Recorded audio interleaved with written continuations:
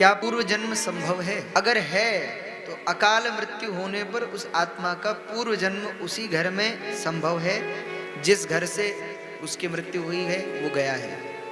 उनके कहने का अर्थ ये है कि क्या किसी का पुनर्जन्म संभव है कि नहीं, पुनर्जन्म होता है कि नहीं, पहला। दूसरा, उन्होंने कहा कि जिस घर में मृत्यु हुई है क्या वही जीवात्मा फिर उसी घर में जन्म ले सकती है कि नहीं। तो पहले प्रथम प्रश्न सुनिए, पुनर्जन्म संभव है कि नहीं। पुनर्जन्म अगर संभव नहीं होता, मुझे एक प्रश्न का उत्तर दीजिए। आप देखते हैं, अगर आप ये कहें कि केवल कर्म ही भाग्य बनाता है, पुनर्जन्म कुछ नहीं होता, तो मुझे एक बात बताओ, एक बालक एक धनवान परिवार में जन्म लेता है और जन्म लेते ही सोने के झूले में बैठ जाता है, और एक बालक दरिद्र परिवार में जन्म लेता है और जन्म लेते ही महाराज भूमि पर उसे सोना पड़ता है। अब मुझे ये बताओ, जिसने धनवान घर में जन्म लिया उसने जन्म लेते कौन सा तीर्थ कर लिया, कौन सा पुण्य कर लिया, कौन सा दान कर लिया, कौन सा धर्म कर लिया। जिसने दरिद्र परिवार में जन्म लिया उसने जन्म लेते कौन सा पाप कर लिया, बताओ। अगर पुनर्जन्म नहीं है तो ये भेद क्यों है? और आप कहो कि महाराज ऐसे ही होता है, तो ऐसे ही होता है, तो आप अगर भगवान को मानते हो कि भाई भगवान ऐसे ही कर देता है, तो इसका मतलब भगवान तो फिर अच्छे नहीं है, किसी के बड़े मनमुखी है, किसी के साथ भी कुछ भी कर देते हैं। तो ऐसा नहीं है भैया, बहुत ध्यान से सुनिएगा। पुनर्जन्म बिल्कुल संभव है। क्यों संभव नहीं है? अरे पूर्व जन्म में हम लोगों ने कोई भजन किया होगा, कोई स्तुति की होगी, तभी तो रामेश्वरम में बैठे हैं।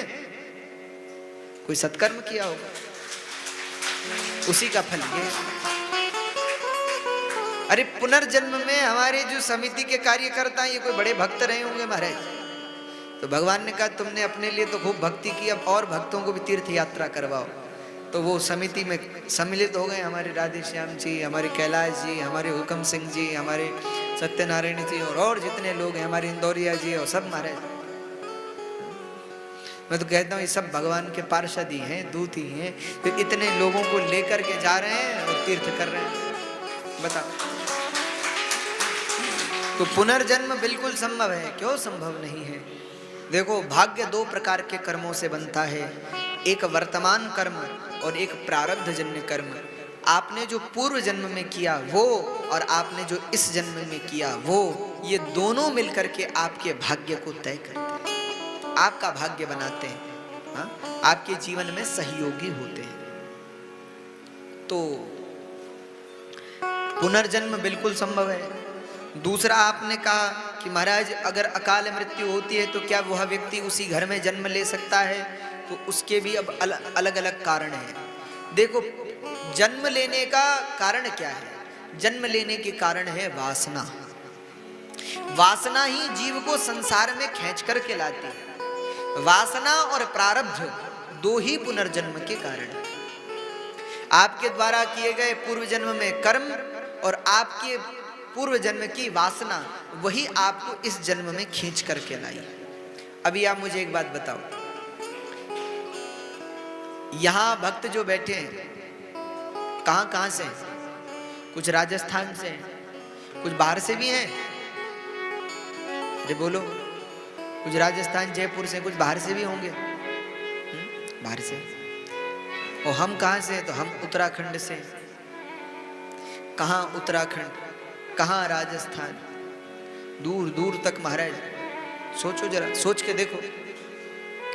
और उसमें भी हम लोगों का इतना प्रेम है कि प्रतिवर्ष पिछले 4 सालों से रोज मिल रहे हैं। 4 सालों से हर वर्ष मिलना होता है।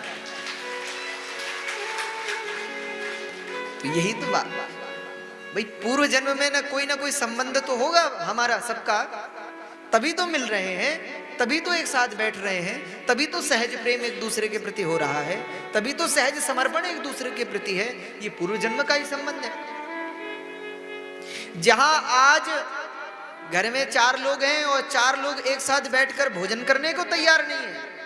मैंने पहले भी कहा, कितने बड़े सौभाग्य की बात है कि हम हजारों, हाँ 400 भक्त एक साथ बैठ करके भोजन करते हैं, कितने बड़े सौभाग्य के।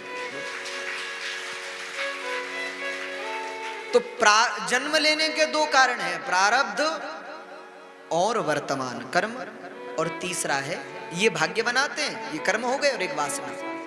ये दो कारण है।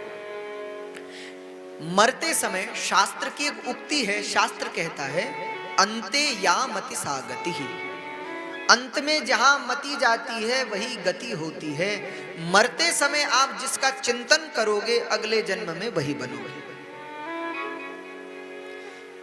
मरते समय जो व्यक्ति घर का चिंतन करता है, परिवार का चिंतन करता है, संसार का चिंतन करता है, वो उसी घर में, उसी परिवार में पुनः जन्म लेता है।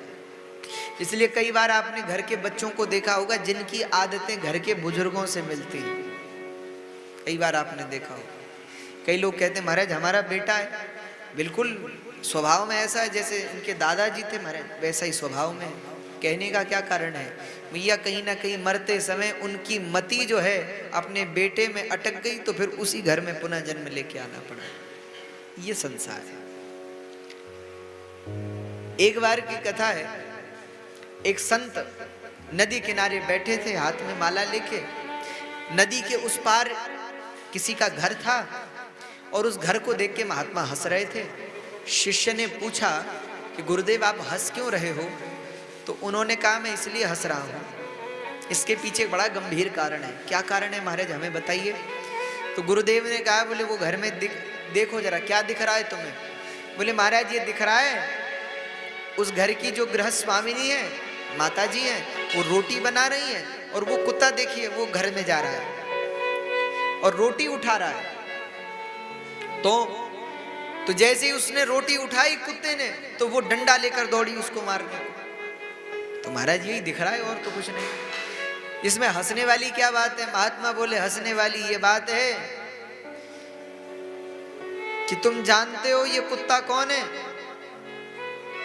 बोले कौन है? बोले इसी देवी के पतिदेव है।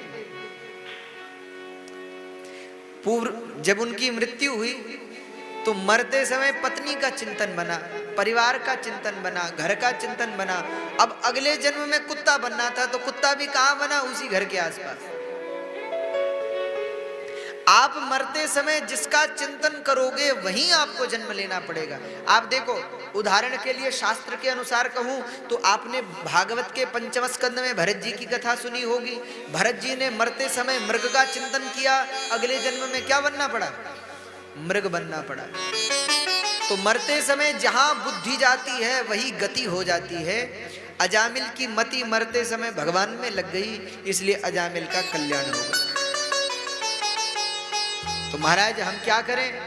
तो बोले इतना भजन करो, इतना भजन करो, इतना भजन करो कि हमारे संत कहते हैं कि कृष्ण त्वदीय पद पंकज पिंजरांते अद्यैव मे विशतु मानस राजहंस प्राण प्रयाण समवै कफवात पित्तै कंठावरोधन विधौ स्मरणं कुतस्तै। जब मरने का समय आए तो अंत काल में संसार का स्मरण ना हो। हे ठाकुर जी मरते समय आपका स्मरण।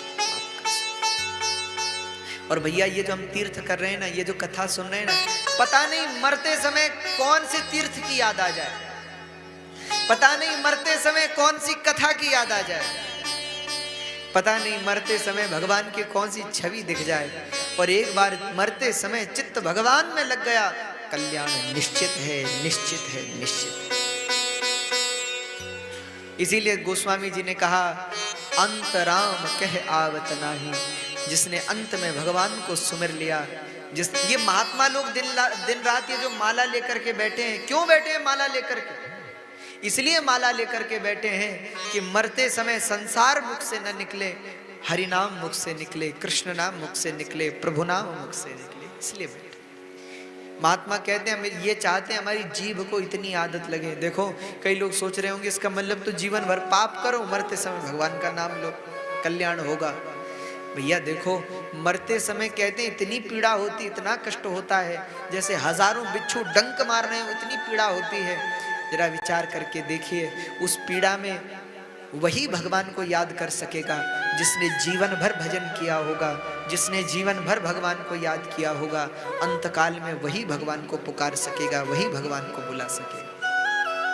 अन्यथा तो हमने कथा सुनी है कहते हैं एक बार एक व्यक्ति थे, उनकी मृत्यु हो रही थी और जो मरने लगे तो उनके 4 पुत्र थे, एक बेटी थी और महाराज पत्नी थी। जैसे ही मरने लगे घर वाले इकट्ठे हो गए, बच्चे आ गए, बेटी आ गई, पत्नी आ गई, रिश्तेदार आ गए, सब आ गए महाराज, घर के सेवक आ गए।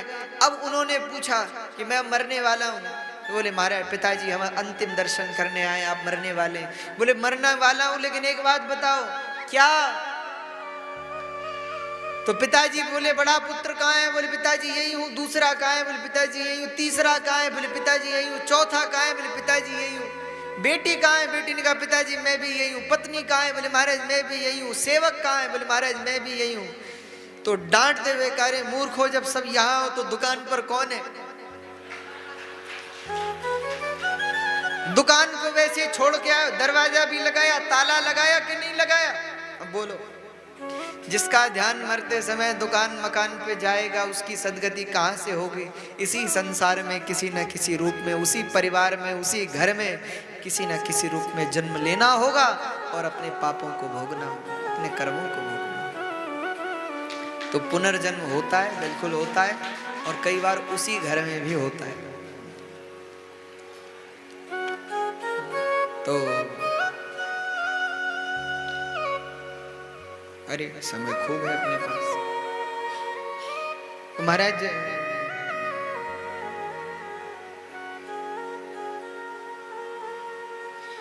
यही किसी ने प्रश्न भेजा है, श्री योगेश शर्मा जी हैं जयपुर से, आपके योगेश शर्मा जी हैं जयपुर से।